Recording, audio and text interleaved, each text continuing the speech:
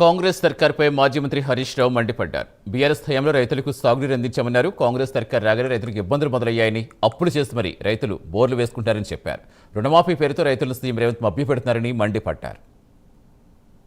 మెదక్ జిల్లాకు నిజామాబాద్ జిల్లా సాగునీటి కోసం మొదటి ప్రాధాన్యత ఇచ్చింది బీఆర్ఎస్ ప్రభుత్వం. హైదరాబాద్కు అటు కృష్ణా గోదావరి నీళ్లు తెస్తూ సింగూరు నీళ్ల ద్వారా మరి 2 పంటలకు కూడా మెదక్ నిజామాబాద్ జిల్లా ప్రజలకు సాగునీరు అందించింది బీఆర్ఎస్ ప్రభుత్వం. అవసరమైతే కాళేశ్వరం నీళ్లను కూడా మళ్లించి 2 పంటలకు కూడా నీళ్లు అందించింది బీఆర్ఎస్ ప్రభుత్వం. అసలు నేను ఆ రోజు నీటిపారుదల శాఖ మంత్రిగా ఉన్నప్పుడు జీవో ఇచ్చి యాసంగి పంటకు జీవో ఇచ్చి 3 విడతల్లో ఎన్నెన్ని నీళ్లు ఇస్తామో కూడా పంట సాగు కంటే ముందే జీవో ఇచ్చినాం.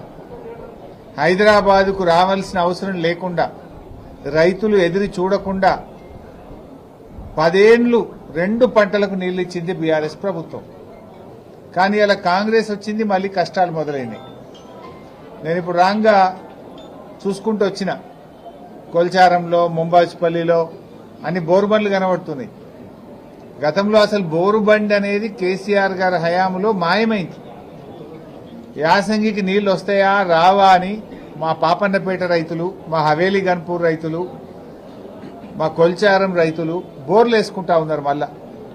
అంటే మళ్లీ అప్పుల పాలవుతున్నారు రైతుల పరిస్థితి. అంటే మార్పు తెస్తాం అంటే మళ్ళీ ఏం మార్పు తెచ్చిండ్రు? పాత రోజులు తెచ్చిండ్రు.